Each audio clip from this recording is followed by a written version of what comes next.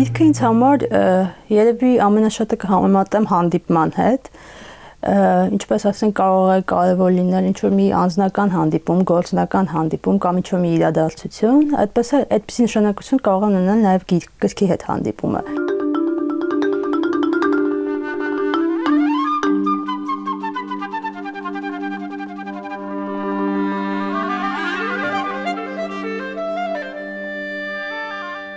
Ու նաև ինձ համար ինչ-որ առումով փոխադրամիջոցի նման մի բան է, գնալու այնտեղ, որտեղ, ասենք, այս բանը ֆիզիկապես չես կարող լինել։ Ասենք, ավտոմեքենայի նման մի բան։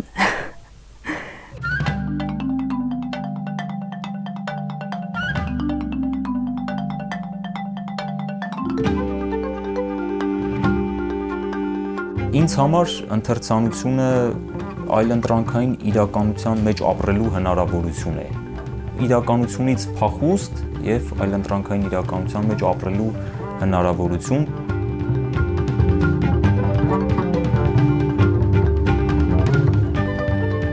Ես շատ բուռն եմ արձագանքում ընթերցանության ժամանակ իմ կարդացածին։ Պահեր են լինում, որ ես դրա համար չեմ ես սիրում գրադարաններում ընթերցել, որովհետեւ ես գիրքը կարող է դնեմ մի կողմ, ոգևորված ցածկեմ, չգիտեմ, որովհետեւ ես այդպիսի մի բան եմ զգացել այդ ճամփորդության ընթացքում, ես պետք է արտահայտեմ իմ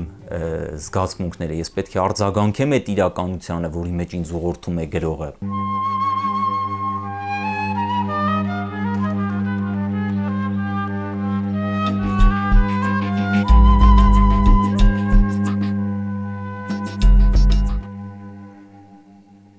Ինձ թվում է երկու տիպ կա ընթերցողների, սպառող եւ այդպես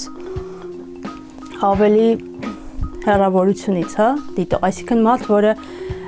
ձգտում է կարդալ գրականություն, որը հենց իր պահանջներին է բավարարում, եւ մարդ, որին հետաքրքիր է ցանկացած գիրք։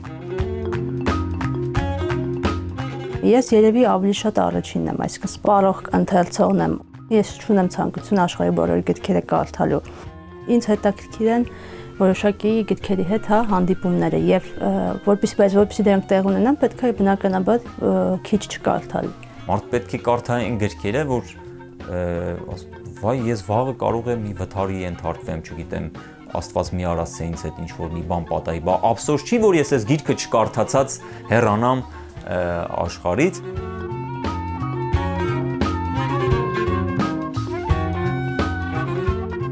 Հաշվեցի, իրոք ես այդ հաշվարկը կատարել եմ, մոտավորապես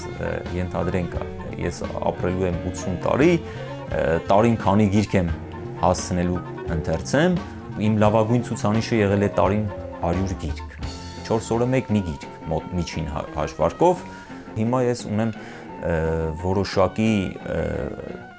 ինքս իմ առջև դրված պահանջ, որ ես պետք է օրական ընթերցեմ 60 էջ, որպեսզի հասցնեմ գոնե 20-րդ դարի լավագույն վեպերը, որոնք ընթերցել եմ կյանքի հիմնական նպատակներից մեկն եմ համարում, ես պետք է հասցնեմ իմ կյանքի ընթացքում կարդալ բոլոր վեպերը, որոնք ես հավաքել եմ։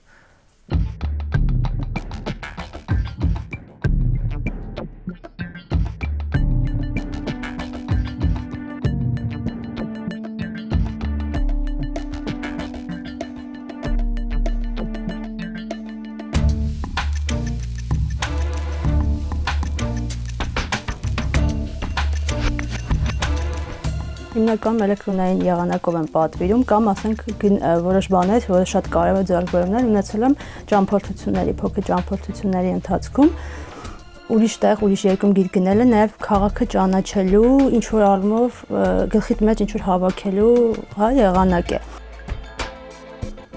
Ես պատահական ոչ մի գիրք չեմ գնում, այսինքն շատ դժվար է իմ գրքի ընտրությունը կատարվում։ Գնամ թերթեմ գրախանութում եւ ինչ-որ մի բան առնեմ, ես պետք է սեբեռում ունենամ այդ գրքի։ Ես պետք է մի քանի օր մտածած լինեմ այդ գիրքը ձեռք բերելու մասին, երազած լինեմ, անկում գիշերներ անցկացրած լինեմ այդ գիրքը ձեռք բերելու համար եւ ես դուրս եմ գալիս որսի գիրքը գնելու։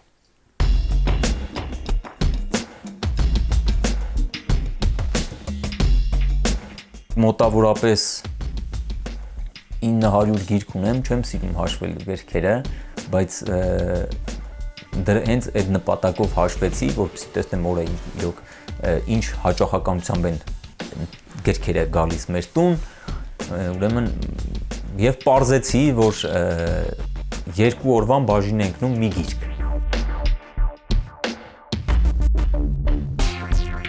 Ես երազում եմ ունենալ մի այնպիսի տուն, որտեղ որ 4 պատնել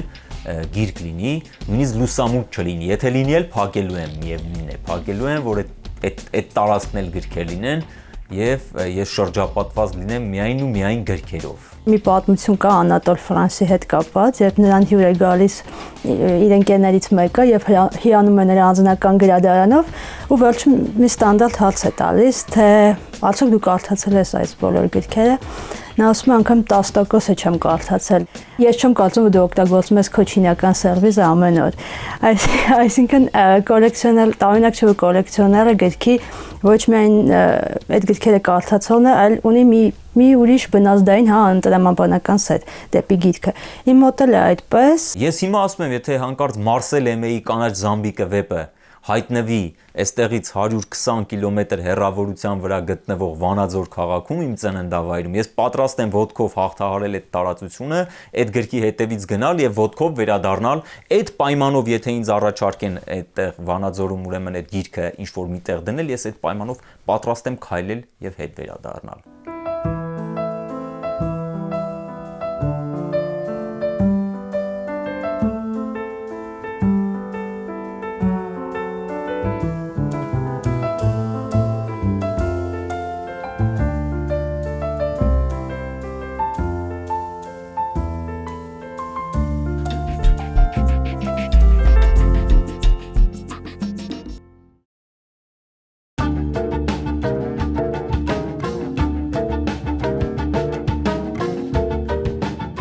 Շատ եմ ընթերցում նաև Kindle-ով, այսինքն էլեկտրոնային գրքով եմ ընթերցում, բայց գիտեք հետաքրքիրը որն է, որ էլեկտրոնային գրքով տվյալ ստեղծագործությունը ընթերցելուց հետո ինձ մոտ բուռն ցանկություն է առաջանում, եթե գիրքը հավանել եմ, այդ գրքով ունենալու։ Ես մտածել եմ ինչու, որովհետև ինձ համար կարևոր է, որ այդ գիրքը առարկայական ձևով ես ունենամ։ Սկսեմ նրանից, որ պարզ բան եմ ասում։ Սրա մասին խոսում էր Օրհան Փամուկը իր էսսեներից մեկում, որ գրքերը մեզ մոտ մեր հիշողության մեջ տպավորվում են իրենց շապիկներով։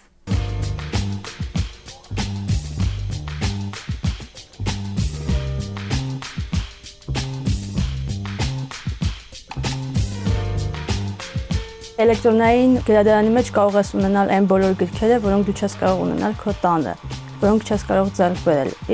Նույնը ինչ որ տալիս է քեզ գրադարանը, հա, դու գնում ես, կարդում ես, բայց դրանք չես կարող ունենալ։ Kindle-ը քեզ հնարավորություն է տալիս դրանք իրեղեն արմատ չունենալ, բայց մյուս կողմից ունենալ քո գրադարանում, բոլորն էլ կարդալ, բոլորի հետ էլ առնչվել։ Կարող ես քո պայուսակի մեջ պահել ողջ Ալեքսանդրիայի գրադարանը համարյա։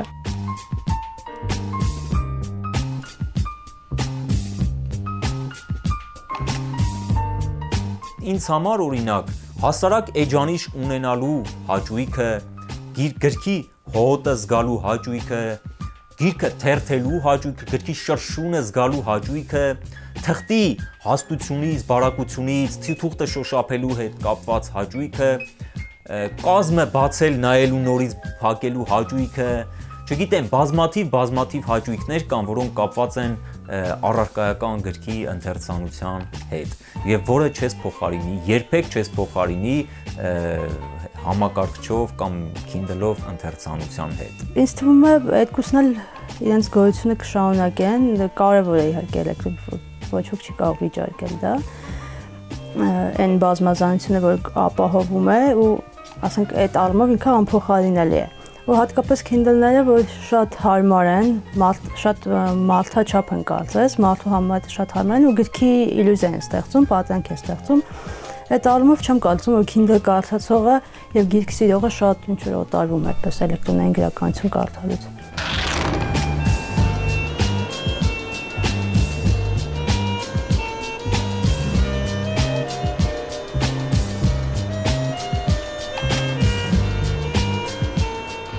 ինձ համար գիտեք ինչն է նաև կարևոր, որ իմ հիշողությունը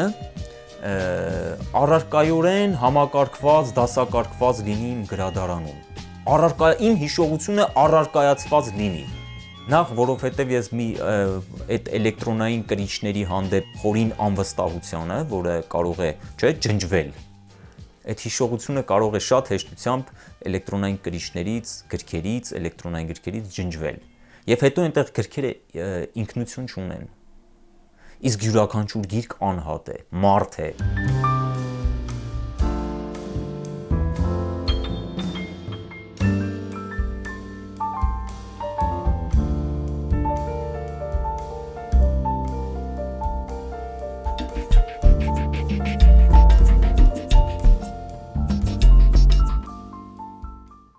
Սիրում եմ, ասենք, թեյ խմելով ընթերցել, հիմնականում, չնայած կարող եմ մեկ-մեկ նաև փոխարինել դրան սուրճը, բայց երևի թեյը եւ որոշ ինչ-որ առանձնություն է, բայց ոչ շատ, այսինքն պատալի չէ, ես մնամ սենյակում մենակ կամ լռություն, հակառակը նույնիսկ երբեմն խանգարելը օգնում է, եթե ասենք լռություն է, հիմնականում դա խանգարում է շատ հաճախ, այսինքն ցանկալի է ինչ-որ ձայնել կա, մարդել խոսա, բան, այդպես ավելի հաճելի է։ Գիրքը ընթերցելու առաջին պայմանը բացարձակ լռությունն է, որտեվ պետք է ոչինչ չհիշեցնի արտաքին իրականության, արտաքին աշխարհի մասին։ Անգամ ձայները չպետք է ինձ հիշեցնեն, որ գրքի իրականությունից բացի կա այլ իրականություն։ Ընթերցելը ինձ համար ծես է։ Ես նախ գիշերը քնում եմ այդ կանխավայելումով, որ ես պետք է առավոտյան սուրճ խմեմ եւ գիրք ընթերցեմ։ Այդ կանխավայելումով եմ ես քնում։ Ամեն անգամ գրքին մոտենալիս, գիրքը ձեռքս վերցնելիս լվացվում եմ։ Եվ իմ կարդացած գրքերից չեք կարող որոշել, միկրոսկոպիկ հետազոտություն է անհրաժեշտ, որպեսզի դուք որոշեք, որ ես այդ գիրքը ընթերցել եմ։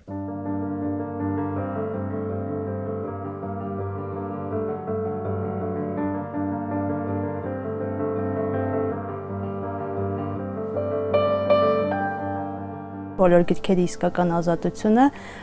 ինչ որ մի տեղ է գրադարակի վրա։ Թվում է թե ասենք գրքի ազատությունը պետք է լինի ինչ որ ուրիշ տեղ, սեղանի վրա կամ լալով ինչ որ ազատ, չէ, ինչ որ վիճակում կամ քո գլխում եւ այլն։ Բայց ես շատ եմ սիրում այդ արտահայտությունը եւ ինձ թվում է ինձ համար համենայն դեպս այդպես է։ Գրքի իսկական տեղը ինչ որ մի տեղ է, հա, քո գրադարակում, այսինքն քո կոլեկցիայում։ Ես շատ դժվար եմ բաժանվում գրքերից առհասարակ, նույնիսկ եթե դրա երկու օրինակն ունեմ։ Եվ ընդհակառակը ես ասենք օրինակ գրքեր եմ տեսնում, որոնք շատ մեծ սպասումների արդյունքում եմ ձեռք բերել, բայց եթե հանկարծ այդ գիրքը գրախանութում տեսնում եմ, որ կա նորից դրված, ես ուզում եմ այդ օրինակն էլ ունենալ եւ ինչքան կա ունենալ այդ գրքից։ Ժամանակին ես գրել էի խնդրում եմ գիրք չխնդրել, բոլորը գիտեն դա, որ ես գիրք չեմ տալիս, նույնիսկ կինս է շատ զգուշորեն մոտենում իմ գրքերին, փորձ ունեմ, որ շատ գրքեր, որոնք որ ես տվել եմ ընթերցելու, հետ չեն եկել։ Իմ գրադարանում գրքեր ունեմ, որոնց շատ երկար եմ սպասել։ Եվ այդ սպասումը ինձ ուղղակի թույլ չի տալիս, որ ես իմ այդ գրքից թեկուզ մի օր բաժանվեմ, թեկուզ 1 ժամ բաժանվեմ։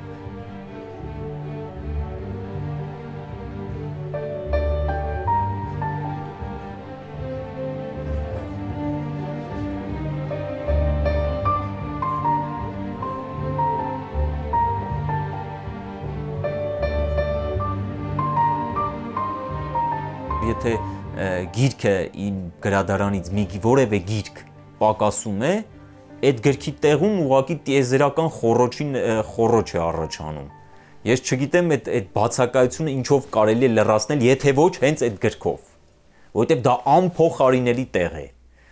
Այդ առումով իմ գրադարանում ամեն մի գիրք անփոխարինելի դիրքով է դրած։